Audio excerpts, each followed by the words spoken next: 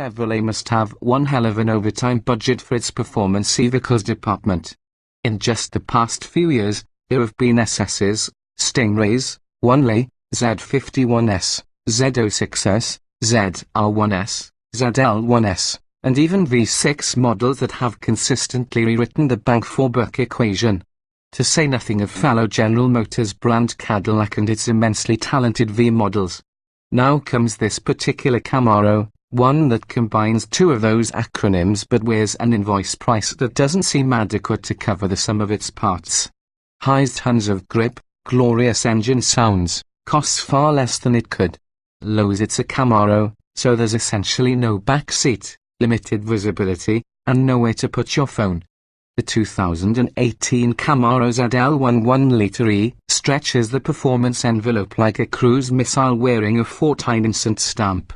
There's the Corvette Z06 derived LT4 supercharged 6.2-litre V8 good for 650 horsepower and 650 lb-ft of torque. The genuine carbon fiber wing, a first for GM, designed in a Formula 1 wind tunnel that turns into the equivalent of 300 pounds of lead at 150 miles per hour, the gaping front end that swallows 106 cubic feet of air per minute, more than a regular ZL1, and the splitter and dive planes. Also, check out the rubber. GM tapped Goodyear and the tire maker brought its Seagull F1 Supercar 3R to the table. 30530 ZR19s in the front and 32530 ZR19 steamrollers at the rear, which is the widest tire ever fitted to a Camaro. Goodyear says they are good for 1.10 grams s of lateral acceleration, but if our well at you next are any gauge, we're thinking it's even higher than that. The rubber is wrapped around frigid aluminum wheels 1 inch smaller in diameter than the regular ZL1s. Along with the tires, and compared with the non-Onelay car, those rollers save 13 pounds in precious rotating inertia and unsprung mass. Damper down the other half of the chassis performance comes from Canadian supplier Multimatic in the form of aluminum-bodied spool valve dampers. Not only do they provide an elegant and passive way to vary damping force, the inverted struts provide a means to achieve race car-like negative camber at the front end. Via a trick method to switch back and forth between street and track settings, the ball-jointed and frigid aluminum top mounts of the front struts are adjustable to increase negative camber by 1.7 degrees.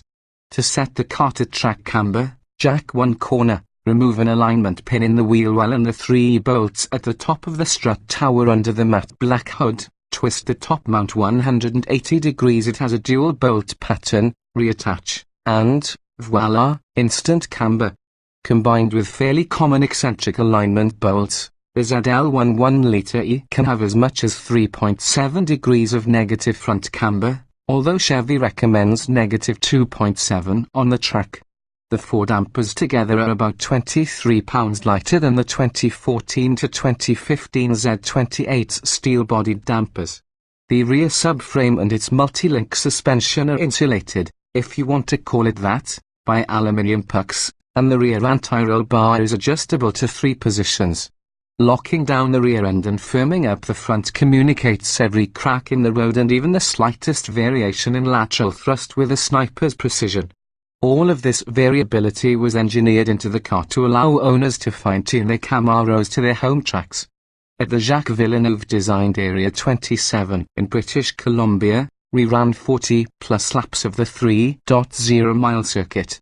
It was the brakes, the iron rotor units carry over from the regular ZL1 except for the ABS calibration, rather than spent tires that prevented us from turning more than 5 hot laps at a time. The pedal gets a little long on the 5th lap.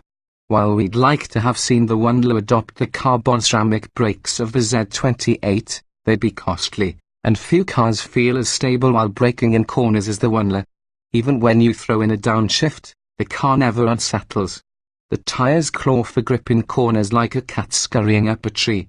Where you expect and steer, you get a neutral balance, and squeezing extra throttle on exit causes the rear end to step out gently, or aggressively if you simply put the hammer down too quickly. We're quite sure there isn't a tire made that could contain the LT4's 650 lb-ft of torque. When one feels the desire, the car will accelerate in a straight line, too.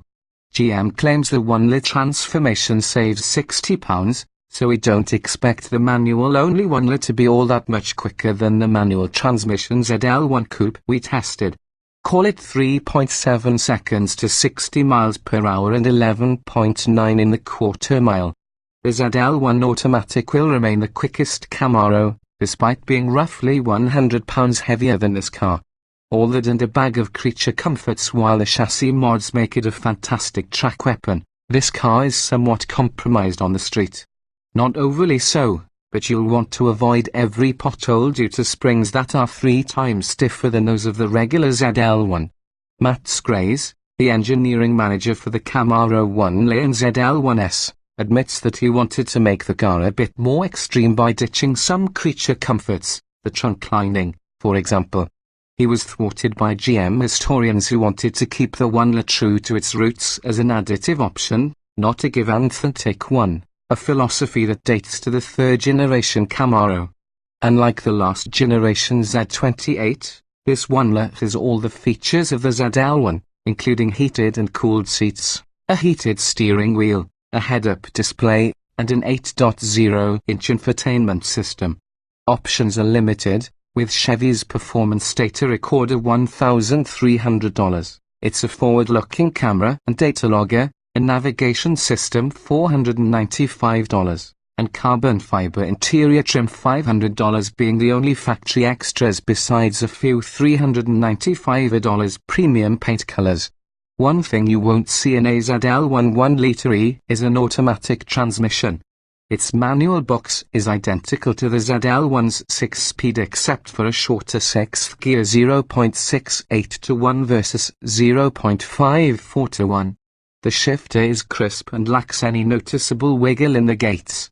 Activating the automatic with matching downshifts turns heel and toe amateurs into professional throttle blippers, at least by appearances.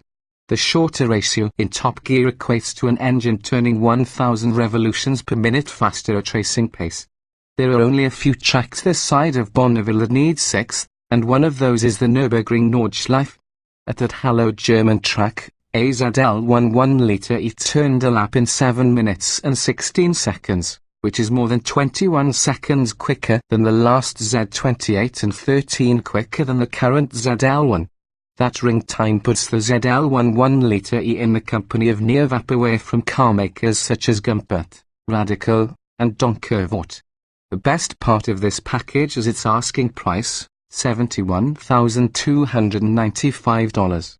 Very nearly anything else operating in this performance stratum is easily 2 or 3 times costlier. The next closest performer is a Corvette Z06 with a Z07 package, and even that performance value costs about $20,000 more. Just don't tell Chevy's accounting department it could charge a lot more for this track animal, okay?